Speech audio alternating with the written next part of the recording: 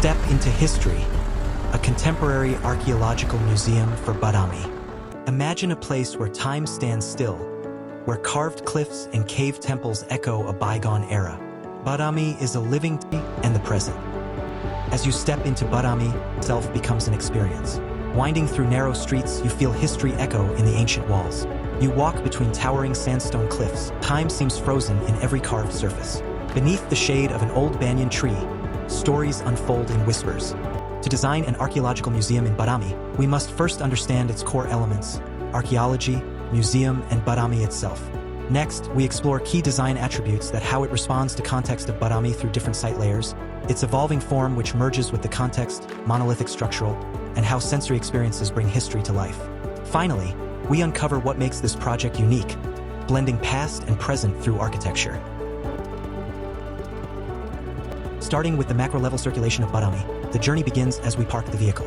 A white dotted line highlights the path leading through the Heritage Plaza, then the Arrival Plaza, and finally to the Intervention area. Along this route, visitors encounter various experiential pause points, offering moments to absorb the rich historical and cultural essence of Badami. These pauses enhance the journey, making exploration more immersive and engaging.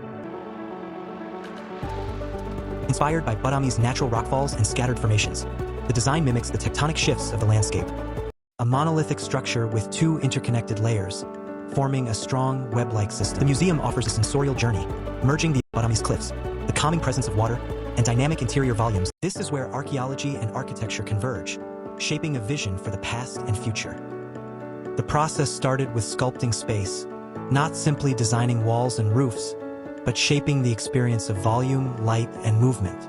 Volumetric approach towards the built form. To derive the volume required to house the program and craft unique spatial experiences, I began with a series of volumetric explorations. These studies focused on balancing built mass with voids, integrating light, circulation, and contextual responsiveness.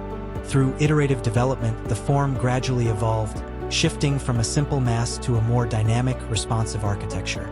The volume was sculpted to allow natural light, encourage fluid movement, and enhance spatial relationships across different programmatic zones. What emerged was a built form that not only fulfills functional requirements but also offers layered experiences, engaging with the site, climate, and user movement in meaningful ways. Following the sculpting of the overall mass, the built form was layered with sculpted spatial volumes, and monolithic structural system, and varied levels, all working together to shape movement, light, and experience. Now the question is, how does it get built? To understand how it comes together, we break it down into key construction stages. The process begins with excavation and basement stonework forming a solid foundation. Then, the structural frame is assembled, a dual-layer system precisely connected. Finally, corten iron cladding wraps the form, defining its unique material identity.